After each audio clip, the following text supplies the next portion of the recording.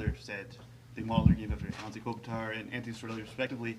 Was there sort of an emphasis on finding players who model their game after some of the best defensive forwards in the league? Well, I think on that end of it, these guys have they're big guys. They can skate. They're smart. They can play two ways. I think they're good players. They don't have a great asset in their game, but they have very good assets throughout their game. So I think in that respect, they have something to build on. They get some size, they can move, and they get some hockey sense and IQ, and they compete in hard areas. William Bell seems to be after Leaf fans' hearts right away, saying he wants to be the Tom Wilson for this team. What do you like about him? Well, he's obviously a big body. He's a unique background, unique situation where he came from. He's can skate extremely well. He's got a passion for the game. He knows what he is, and I think he's willing to do what it takes, and he just wants to get at it. How exciting was it to hear him say when I don't know if you did hear him speak with us, he likes playing north-south hockey, likes playing mean hockey. Was that a part of the calculus when you? That's part of his game. You watch him throughout the whole year. That's the way he played. He has those elements in his game, and obviously his size is a big factor. He skates extremely well, and he works. He's a very competitive, hard-working kid. Would you mind maybe, for all of our benefits, walking through each of the picks, what you liked about each of them? Yeah, our first pick overall, obviously, he's a big, strong 6'4" player who has just a unique background. Parents are both Olympians. Obviously, they did not play the game or were involved in the game of hockey. He took to it. He went off. He's gone over to Sweden to evolve his game. And he's just got a very good knack for the net, knack down low, knack to play on the wall, take the puck off the wall, can compete in hard areas. He's got some pretty good elements to his game. From there you got Hopkins, who's to me is a 200-foot player, plays in the hard areas, smart, reads, anticipates the game, has to get stronger, has to get a little quicker. That's just part of where when you pick guys those certain areas, they have some issues that they got to work on and improve upon. You get into guys like Nancy, who's big, raw, rangy. Skating has to get quicker. Feet have to get better. But he's not a kid who really works and competes, gets in the harder areas. You get into guys like Fellinger, for example, another guy who's interesting, big, rangy, long reach, moves the puck, willing to really get involved, plays a two-way game. Those type of players are really, when you get that size factor, it helps out a lot. One of our later picks, again, is it's Leach. He is a really hard-nosed, competitive, big man, skates well, gets in there, really a unique element, likes to play in your face. When you get to people like that, one of our things that we discussed a little bit here was we want guys who competed. We want players who battled, have great work ethic, and with those elements, if you have those things in your game, you have a chance to get better at certain things. Now, again, some of these kids have to find their role and find their niche in the game and do what they have to do. So when you find those kids with that work ethic that compete, they know who they are. They know what type of game they have to play. They work in those elements. They'll find a role. There's a role for everybody. And as you saw in the playoffs, size matters, toughness matters, competitiveness matters, and we hope we filled some of those roles in some of these kids. What's it like to, what's the advantage of having two kids at Lexans next year with Victor Johansson?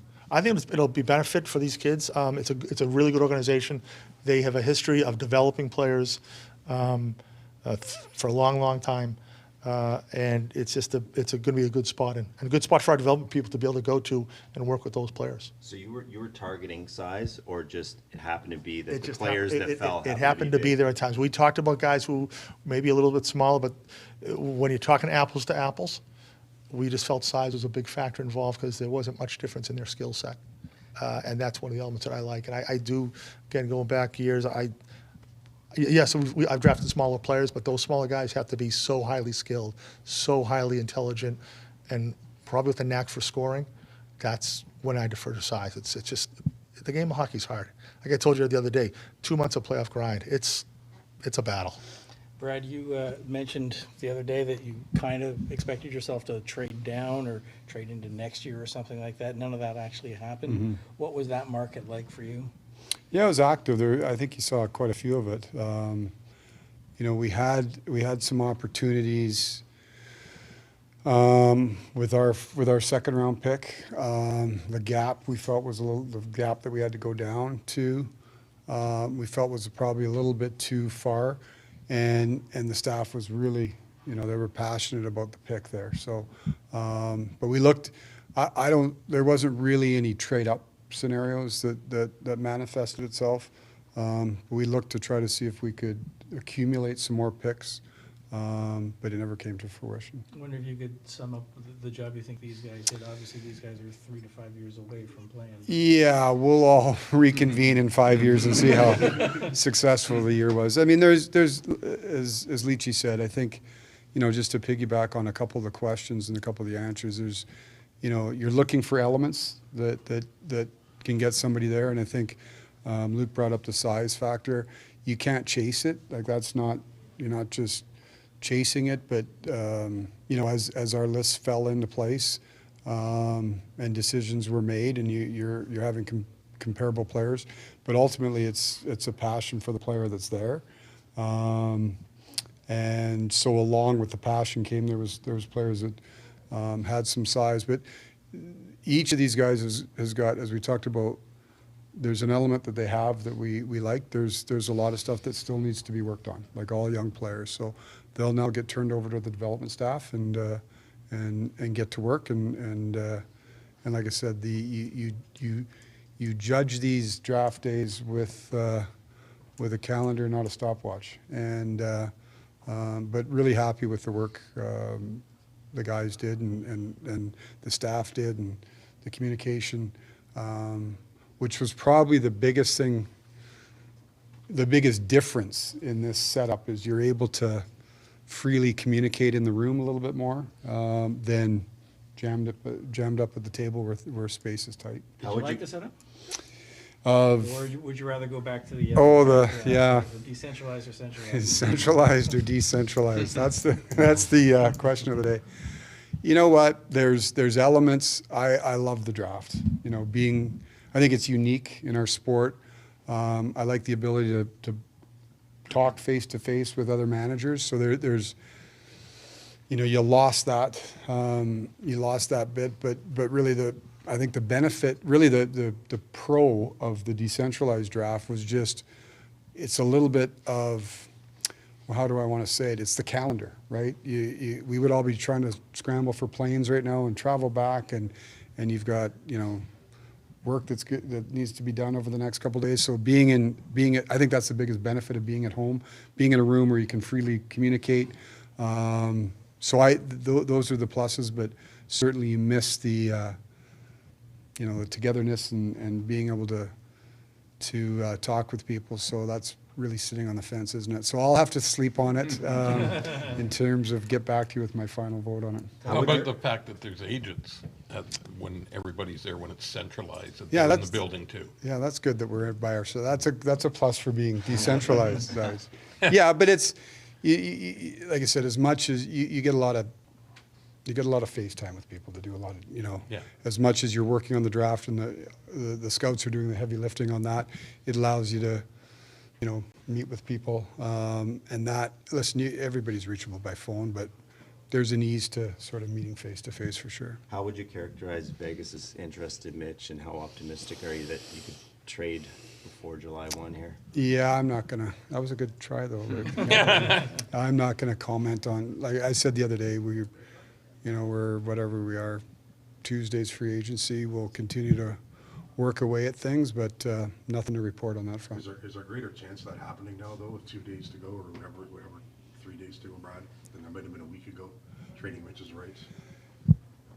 I don't know. I don't know if the chances are greater today than they were yesterday, or they're going to be better or worse tomorrow. I think, and I understand what the interest but certainly we've got nothing to report, and I don't want to get involved in speculation and how that runs, and we'll see how things unfold in the next. Generally, though, is it absolutely important that you do get something for his right? Well, I think you'd always like to get something, right? That's not always the case, so we'll that's probably as far as I want to get into it, but we'll see how things go. Generally, how do you feel about the group of players that are available in free agency this year and what you might be able to accomplish starting Tuesday? Yeah, I think we've got a few days to see who gets signed. So we'll see what the list is at that point. But I think there's players at all sorts of different positions. As much as free agency, we've got some internal business that we're focused on as well. We've got some of our own free agents that we continue to work at. So, but I think there'll be players available that can certainly help out in different positions, and we'll see where that gets to. Usual suspects get qualifying offers by tomorrow. Yeah, that's probably yeah. I haven't. We were running around here for the last little bit on the draft, but I don't anticipate any. Did you talk about the defenseman? A little bit. He's a guy who can move. He's a big body. He moves really well. Makes a good. Simplify. His game is simple. He moves it well. He closes fast. He likes to defend, box people out. But he's just a pretty big, strong kid for his age. And I think as time goes on with him, he's just going to have to work on his game a little bit. And again, these young men, most of them kind of know what their element is to get to the next step, and they just have to improve on those elements as long as they play within their means and they get stronger and quicker and faster. And again, this is going to be these first kids' time at a development camp around pros, really. So that'll be a big benefit and let our people get a handle on them and push them forward. When you guys spoke to Bell, did his enthusiasm come through the same way it did with us? He seemed to have... Yeah, enthusiastic kid. We had a chance to spend some time. We brought a few of those kids up here after the combine. And as Leachy said, it's a unique background, but a pretty passionate guy. And he's an interesting guy to talk to. He's got lots of energy, and we like the time we spent with him for sure. Brad, what do you think of them doing away with the interview period for free agents? Do you have a preference? Like, what do you? Yeah, but that's been for a while. Yeah, that's been for a while. I mean, I think there was a benefit to it, for sure. But we've been under this program for a while now. Did you end up talking to Fillinger? I guess it's his prom today, where he's at. Yeah, he did. You could hear the music going on in the background. So what's going on here? He said his prom's going to be a little nicer tonight. Yeah, I asked him, are you watching the draft? He goes, no, I'm at my prom. And I said, okay. But yeah, no, all the kids, that's the best part of it. You talk to the kids after the draft and after they're drafted and they're excited. So that's a fun part of it.